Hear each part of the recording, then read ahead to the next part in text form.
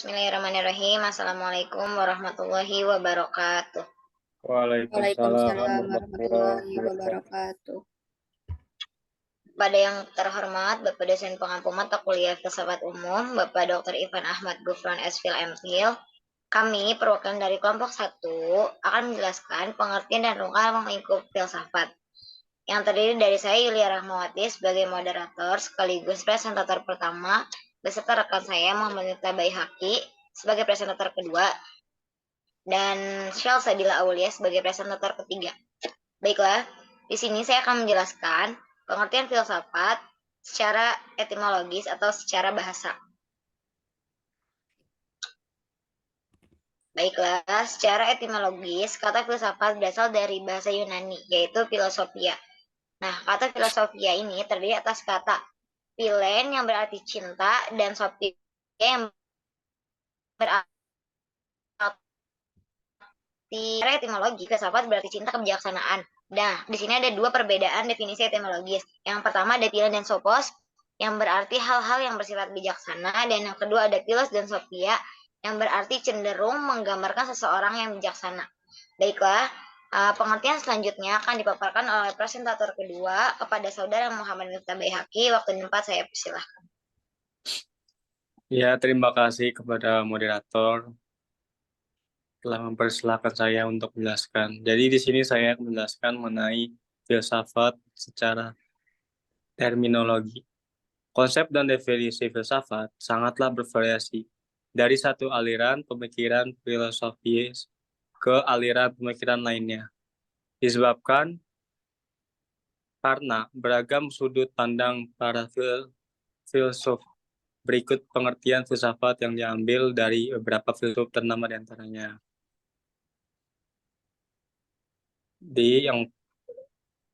Filsafat menurut Plato, seorang filsuf Yunani terkenal, berpendapat bahwa filsafat adalah pengetahuan tentang segala yang ada dan berfokus pada pencapaian kebenaran yang murni. Yang kedua, menurut Aristoteles, beliau menjelaskan bahwa filsafat adalah ilmu tentang kebenaran yang meliputi aspek pengetahuan, metafisika, logika, etika, ekonomi, politik, dan estetika. Dan yang ketiga, yaitu dari Hasbullah Bakri. Ia menjelaskan bahwa filsafat adalah sejenis pengetahuan yang menyelidiki segala sesuatu dengan mendalam mengenai ketuhanan alam semesta dan manusia untuk diketahui hakikatnya dan bagaimana sikap manusia setelah mengetahui hakikatnya. Menurut Bertrand Russell, beliau mendefinisikan filsafat sebagai the attempt to answer ultimate question, critically dalam arti upaya untuk menjawab pertanyaan yang tinggi. Yang kelima, yaitu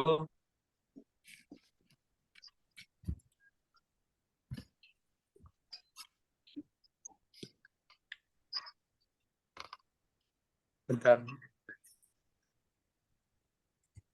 lagi goyang.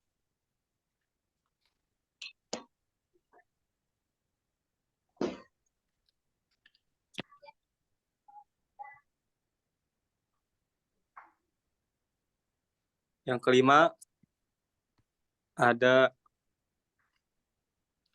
Al-Farabi.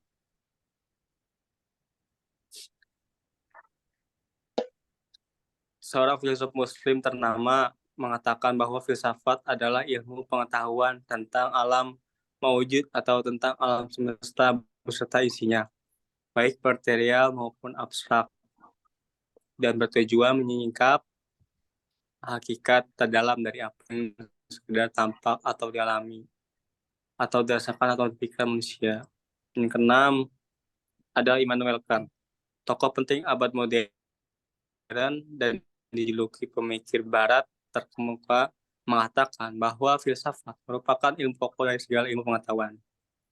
Yang ketujuh, Jatna mendefinisikan filsafat sebagai bidang pengetahuan yang berupa ya menemukan hakikat mendalami dari segala sesuatu berdasarkan akal pikiran semata. Menurutnya, basis filsafat adalah akal pikiran meski objek kajiannya dapat meliputi keberadaan yang abstrak maupun konkret.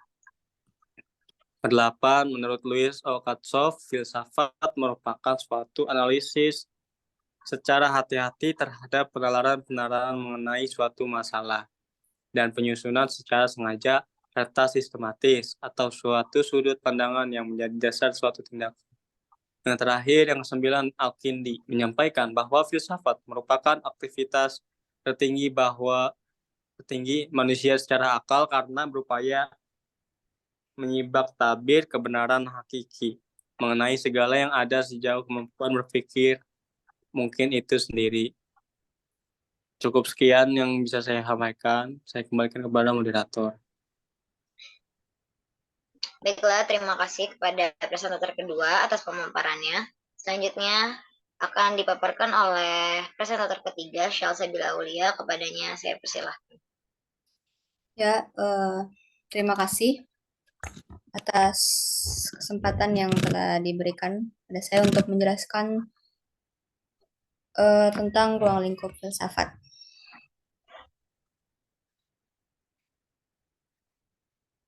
Di sini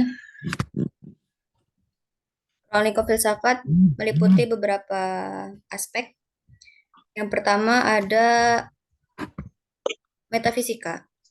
Metafisika membahas masalah-masalah mendasar tentang eksistensi, realitas, dan sifat dasar dari segala hal. Pertanyaan-pertanyaan dalam metafisika mencangkup konsep tentang keberadaan, substansi, ruang, waktu, dan sejenisnya. Kemudian ada epistemologi. Epistemologi adalah cabang filsafat yang berkaitan dengan pengetahuan. Ia mempertanyakan tentang sifat pengetahuan, sumber-sumber pengetahuan, batas-batasannya, dan bagaimana kita tahu apa yang kita tahu. Pertanyaan-pertanyaan dalam epistemologi mencakup apa itu pengetahuan, kebenaran, keyakinan, dan sebagainya. Kemudian ada logika.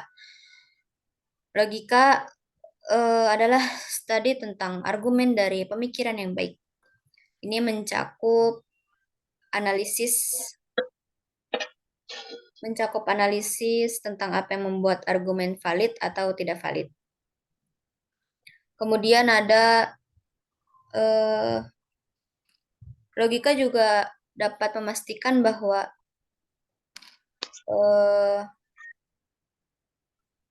tentang apa yang membuat argumen valid atau tidak valid dan bagaimana kita dapat memastikan bahwa kesimpulan yang kita buat adalah benar berdasarkan premis-premis yang diberikan.